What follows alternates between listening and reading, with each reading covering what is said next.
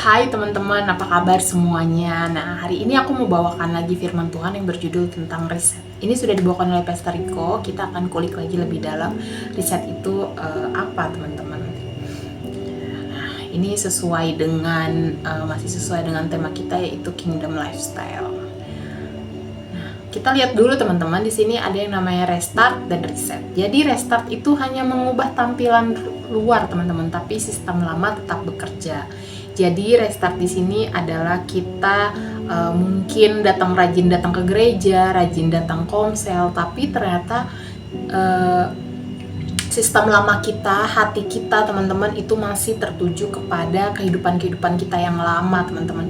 Kehidupan kita yang udah nggak seharusnya kita pelihara teman-teman. Maksudnya kehidupan yang seharusnya kita lakukan dengan yang tidak baik itu, kita harus ganti dengan sistem yang baru, teman-teman. Lalu reset di sini kita kembali ke rancangan semula, teman-teman. Sama kayak setting, dibersihkan, diperbarui, diselaraskan, kembali kepada kehendak Sang Pencipta, kehendak Bapa yang di surga. Jadi di reset lagi, kita dikembalikan lagi kepada rancangan semula. Nah, rancangan semula Tuhan itu apa teman-teman? Jadi pada saat Tuhan menciptakan manusia ke dunia ini dan manusia sebelum jatuh ke dalam dosa, ada rancangan-rancangan Tuhan, rencana-rencana Tuhan yang kita bisa lihat di sini. Yang pertama, identitas sejati. Kita memiliki identitas sejati yang serupa dengan Allah. Lalu wakil Allah di dunia, teman-teman. Kita pernah bahas teman-teman bagaimana wakil Allah di dunia ini adalah kita juga diberi dari Tuhan kuasa untuk berkuasa atas bumi ini, teman-teman. Lalu memiliki relasi intim dengan Allah, hidup dengan ketaatan kepada Allah, dan juga hidup dalam komunitas. Nah, ini adalah apa yang sudah Tuhan berikan kepada kita pada saat manusia sebelum jatuh ke dalam dosa, teman-teman. Di sini ada Kejadian 6 ayat 5. Ketika dilihat Tuhan bahwa kejahatan manusia besar di bumi dan bahwa segala kecenderungan hatinya selalu membuahkan kejahatan semata-mata. Di Kejadian 6 ayat 5 ini, teman-teman, kita bisa lihat bahwa kecenderungan hati kita itu ternyata dapat menipu, hati kita juga bisa jahat, teman-teman. Jadi makanya kenapa di Alkitab juga tertulis waspadalah terhadap hatimu, teman-teman, berjaga-jagalah, teman-teman. Karena hati kita ini tuh nggak jelas, teman-teman, perasaannya bisa disebut atau bisa dibilang tidak menentu, teman-teman. Jadi jangan percaya sama hati kita, tetapi kita percaya kepada Yesus, teman-teman. Nah, lalu di Kejadian 6 ayat 11 sampai 12 di sini kita bisa lihat, teman-teman, bahwa Allah melihat semua manusia di muka bumi itu sudah sangat jahat. Di sini kita bisa lihat bahwa manusia sudah jatuh ke dalam dosa. Mereka bertindak kejam dan keras satu sama lain, dan Allah begitu kecewa karena bumi ini sudah rusak karena kejahatan dan dosa-dosa kita, teman-teman. Dan itu membuat hati Allah pada saat itu mungkin hancur dan juga kecewa, sedih juga ada, teman-teman, karena rancangan awalnya Tuhan, rancangan awalnya Allah itu menjadi berantakan karena kejatuhan kita ke dalam dosa, teman-teman. Nah, di sini ada di Yesaya 29 ayat 13, teman-teman, bagaimana Tuhan berfirman bahwa oleh karena bangsa ini datang mendekat dengan mulutnya dan memuliakan aku dengan bibirnya, padahal hatinya menjauh daripadaku, dan ibadahnya kepadaku hanyalah perintah manusia yang dihafalkan. Di sini kita bisa lihat bagaimana Tuhan berfirman bahwa ketika kita datang ibadah, ketika kita datang komsel atau kita datang pelayanan, teman-teman, sebenarnya kadang itu juga Tuhan tahu hati kita, teman-teman. Perilaku kita ternyata tidak bisa perilaku kita tidak bisa menutupi hati kita yang sebenarnya jauh dari Tuhan. Makanya kenapa Tuhan sangat tahu hati kita. Makanya kenapa Tuhan itu lebih melihat hati, teman-teman. Jadi pelayanan, kita rajin pelayanan, rajin komsel, itu nggak membuat kita layak di hadapan Tuhan, tetapi bagaimana ibadah kita layak di hadapan Tuhan, ya hati kita harus ada hubungan intim sama Tuhan, harus punya hubungan yang benar sama Tuhan, teman-teman. Di Roma 3, di sini ada lagi, teman-teman, di Roma 3 ayat 23 sampai 24. Karena semua orang telah berbuat dosa dan telah kehilangan kemuliaan Allah. Oleh karena kasih karunia telah dibenarkan dengan cuma-cuma karena penebusan Yesus Kristus. Di Roma 3 ayat 23 di sini kita bisa lihat bahwa ini adalah kabar buruknya, tetapi di ayat 24 ada kabar baiknya, yaitu kasih karunia. Bagaimana kasih karunia ini kita telah dibenarkan cuma-cuma, teman-teman, karena penebusan Yesus Kristus di atas kayu salib.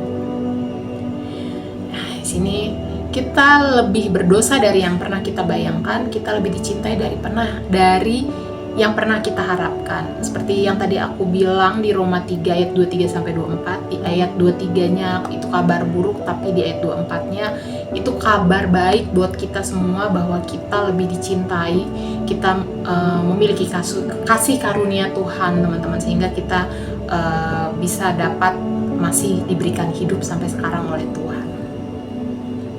Lalu di Efesus 2:4 sampai 5, teman-teman, di sini kita bisa lihat juga bahwa Allah yang kaya dengan rahmat dan juga karena kasih-Nya besar yang dilimpahkannya kepada kita, telah menghidupkan kita bersama-sama dengan Kristus, sekalipun kita telah mati oleh kesalahan-kesalahan kita. Oleh kasih karunia kamu diselamatkan. Ini ditegaskan lagi, teman-teman, kita dihidupkan kembali dengan Kristus itu hanya karena kasih karunia kita diselamatkan, teman-teman. Nah, jadi di sini keselamatan bukanlah upah untuk orang benar, tapi hadiah untuk orang berdosa. Kasih karunia, teman-teman, di Efesus 2 ayat 4 sampai 5, harusnya kita mati karena kesalahan kita, tetapi karena kasih karunia dari Tuhan kita dibenarkan, teman-teman. Dan di 2 Korintus 5 ayat 17, jadi siapa yang ada di dalam Kristus, ia adalah ciptaan baru, yang lama sudah berlalu, sesungguhnya yang baru sudah datang. Kita yang sudah ditebus oleh Yesus, kita adalah ciptaan baru, teman-teman. Nah, lalu bagaimana setelah kita menjadi seorang ciptaan baru? Apa yang harus kita lakukan? Ketika kita menjadi ciptaan baru, yang harus kita lakukan adalah balik lagi ke rencana awalnya Tuhan, teman-teman. Yang tadi aku bilang, rencananya Tuhan sebelum manusia jatuh ke dalam dosa. Nah, tapi pola pikir dari manusia ini, teman-teman, kita masih tetap menghidupi kehidupan yang lama dan memiliki pola pikir yang lama, bukan pikiran baru, teman-teman. Jadi ini harus bisa kita lihat, harus bisa kita cek satu persatu hati kita, teman-teman. Kita sudah ditebus oleh Yesus dan sudah menjadi ciptaan baru, tapi kita harus juga belajar setiap hari, cek pola pikir kita, apakah masih ada di pola kehidupan yang lama, atau kita sudah menjadikan gaya hidup kerajaan ada di dalam kehidupan kita sehari-hari, teman-teman. Nah, inilah yang disebut dengan walaupun kita sudah menjadi ciptaan baru, tapi dalam hari-harinya kita harus tetap menjalankan yang namanya pertobatan. Lalu di Roma 6 ayat 13, dan janganlah kamu menyerahkan anggota-anggota tubuhmu kepada dosa untuk dipakai sebagai senjata kelaliman, tetapi serahkanlah dirimu kepada Allah sebagai orang-orang yang dahulu mati tetapi sekarang hidup. Dan serahkanlah anggota-anggota tubuhmu kepada Allah untuk menjadi senjata-senjata kebenaran. Bagaimana lifestyle kita kembali kepada rancangan semula, teman-teman. Tetapi bukan cuma kembali kepada kerancangan semula, kita juga harus punya yang namanya kerendahan hati, karena kerendahan hati adalah pintu masuk kepada pemulihan sejati. Kita nggak bisa yang namanya menghidupi kingdom lifestyle tanpa adanya kerendahan hati. Jadi kita harus memiliki kerendahan hati ketika kita punya hati yang mau taat teman-teman kepada Tuhan ketika kita lagi menjalani kehidupan kingdom lifestyle ini. Nggak gampang teman-teman, pasti akan ada yang namanya gesekan-gesekan, akan ada yang namanya ujian-ujian teman-teman. Nah disinilah perlu diperlukannya kerendahan hati teman-teman. Jadi teman-teman, dari restart ke reset ini ada perbedaan bagaimana restart. Yang pertama adalah fokusnya perubahan perilaku, bukan pembaharuan hati. Sedangkan reset ini kita adanya transformasi hati, adanya perubahan, kebalikannya. Lalu yang restart tetap menjalani hidup dengan cara dunia tapi dibungkus sama aktivitas rohani. Kayak yang tadi aku bilang restart tadi teman-teman, mungkin kita masih rajin ke gereja atau kita rajin berkomunitas, tapi ternyata ya tadi kayak aku bilang hatinya masih terpaut pada zona nyaman kita atau pada keadaan-keadaan yang saat ini kita hadapi teman-teman. Lalu tampak berubah tapi motivasi masih berpusat pada diri sendiri.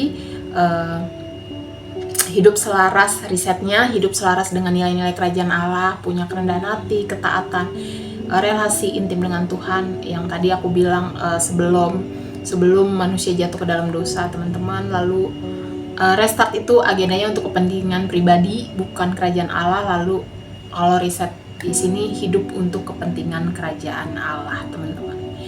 Riset kembali lagi kepada kita sebagai ciptaan baru. Tuhan Yesus sudah mati buat kita, sudah menyelamatkan kita, dan kita harus mau di reset lebih lagi teman-teman. Itu tadi, untuk di reset ini kita butuh yang namanya pertobatan setiap hari, sehingga kita memiliki kerendahan hati sama Tuhan untuk kita bisa tetap mau taat sama Tuhan. Ini ada points to ponder teman-teman.